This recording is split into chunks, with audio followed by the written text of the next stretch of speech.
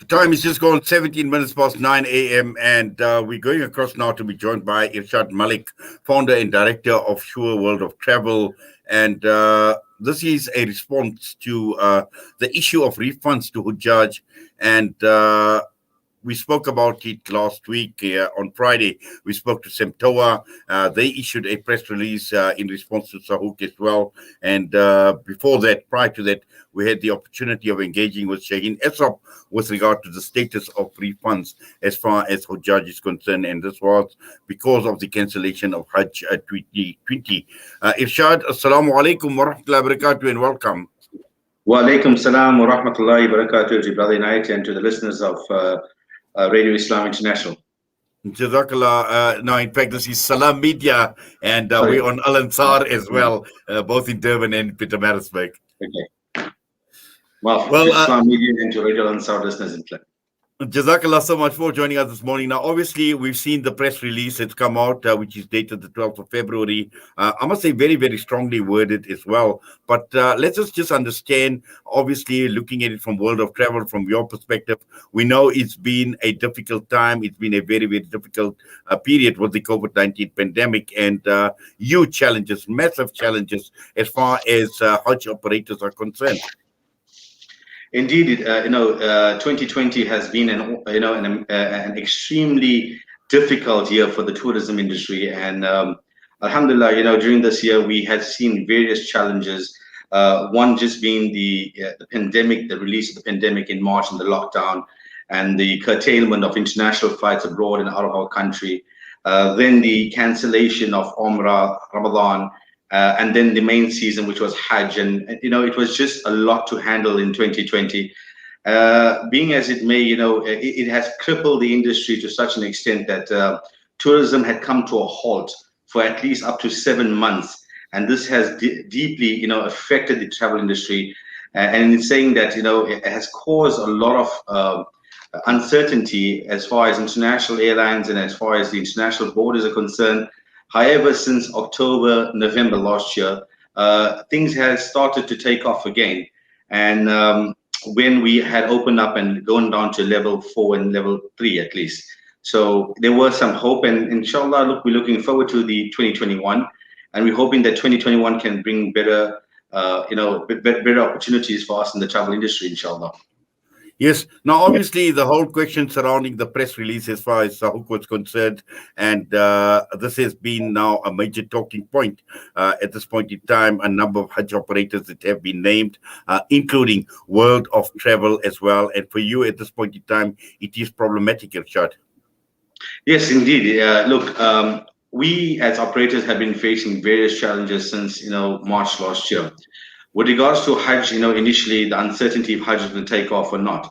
Then eventually, it was released that Hajj would not take off for any international programs or foreigners entering the kingdom, except there was an announcement made that they were only allowing 10,000 of the locals that were in the kingdom by application or by invite to perform Hajj. When this was released and Hajj was officially cancelled, we had obviously started engaging with various operators and principals in the Kingdom of Saudi Arabia to obviously action the refund process. But like the the hoteliers in the kingdom, they have already invested these monies in various services to be prepared and ready for Hajj. So they themselves were not in the position immediately to obviously start the refund processes, because simultaneously when we locked down, the world had locked down as well.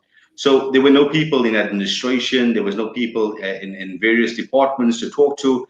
Literally, travel was locked down for 7 months. So there was no communicate literally. However, for those that were on a skeleton staff and operating, yes, we managed to get hold of them. We managed to retrieve some funds from the kingdom.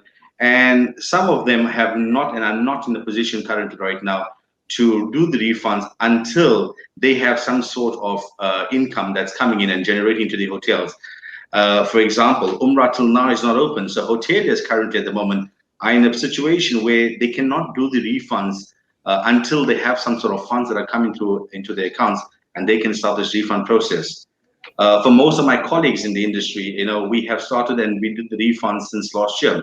Some of us were in the position to bridge that gap and obviously bridge the funds that were expected to come through.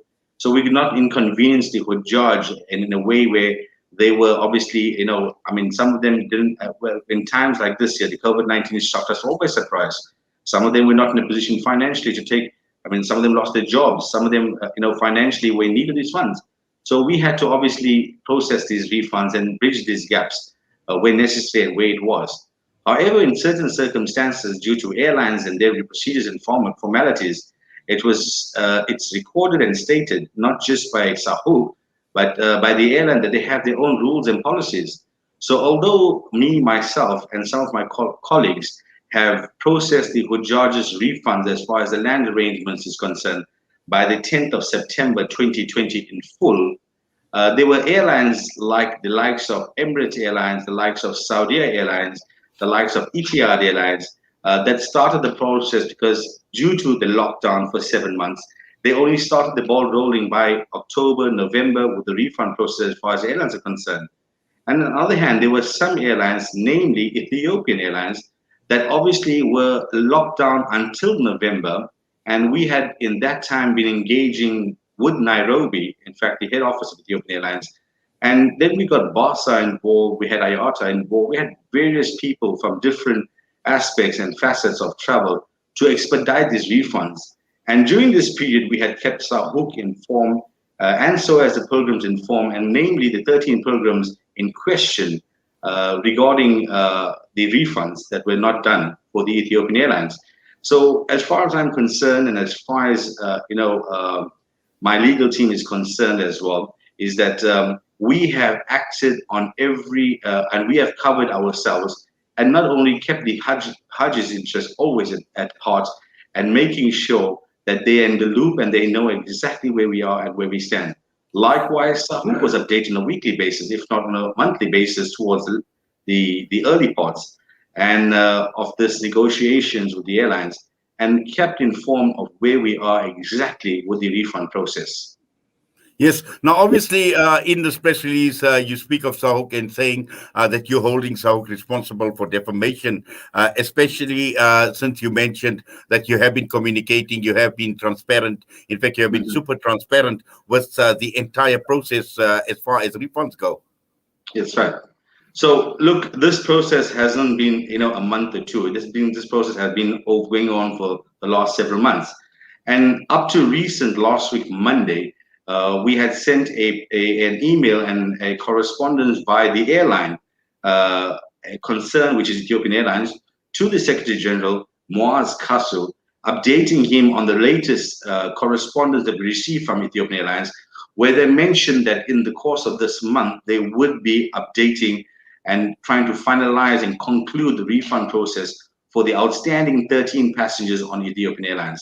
Worldwide, Ethiopian Airlines has not refunded anyone for Hajj. Yes, we had people on Ethiopian Airlines flying during March, which were only reimbursed by late December, early January.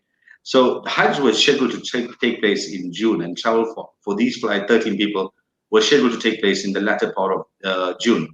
And up till now, we have not received the refunds for these people.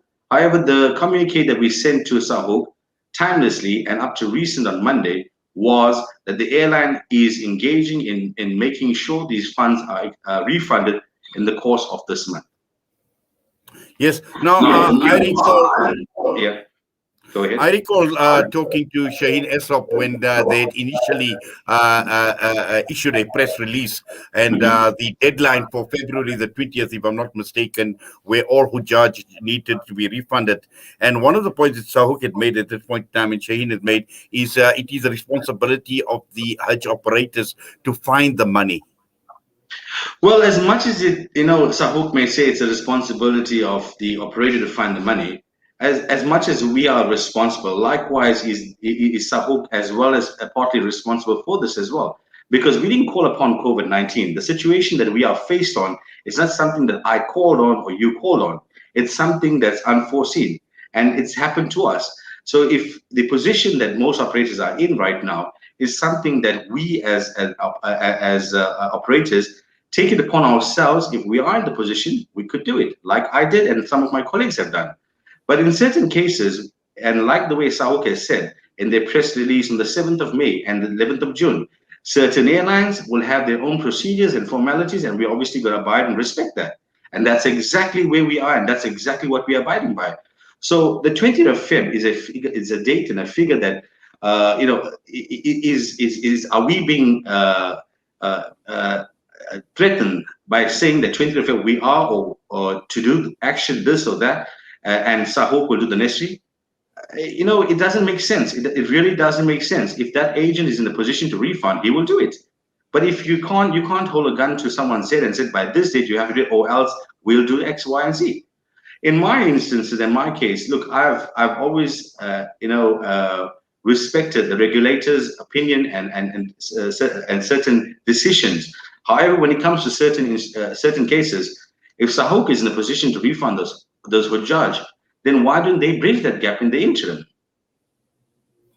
Yes. No, in fact, I get your point. Now, Irshad, just looking at it from your side now, in terms of the press release, what are you looking for from Sahuc at this point in time? Is it just an apology and the removal of your name? Well, look, brother, Wadi, is that, look, I'm in the industry for the last 25 years. And being as it may, being as leader in the industry, I have a reputation. And it just depends, am I being targeted as World of Travel? Or am I being targeted as Samtoa? End of the day, I need to understand where this is going, because for me, look, a phone call and in the week, I obviously had communicated with various ExCo committee members from Sahuc regarding other issues and other matters, and never was this in their communication with me in the week brought to my attention that, look, I would be in a press release regarding an operators. Why didn't Sahuc specifically categorically dissect why my name is appearing on that press release? So my concern is, look, my legal team will obviously be engaging with the necessary and do the necessary on my behalf. At this stage, I can't comment on what I want. All I want is, and all I wanted was, and I categorically stated that I requested my name to be removed, and I also requested an apology from Sahuc. Yes. Now, obviously, you wanted it done by the 12th of February. And have you had any acknowledgement or any communication whatsoever as far as Sahuc is concerned after you issued this press release? Well, I haven't received anything, where I can, in writing, but there has been various instances where they have been communicating, certain ExCo members have been communicating me via WhatsApp and messages and things like that there. But no, I haven't been contacted on my statement that I had put out as well. Well, Irshad, let's leave it and let's just see what develops from here onwards. But for now, Jazakallah, shukran to you for coming on, for talking with us here on Salam Media. Assalamu alaikum wa rahmatullah. Wa alaikum salam wa rahmatullahi wa barakatuh. Irshad Malek, founder and director of Sure World of Travel, was us this morning, and this is a press release that they had issued on Friday in response to Sahuc and in response to their name appearing on the list, and asking Sahuc for an apology and the removal of the name from the list. The time is just gone 9:30 a.m. We come back, we'll be joined by Appa Mariam Mia. We're talking about her experience of being admitted to hospital after contracting COVID-19. Let us talk about her journey of survival, resilience, and recovery.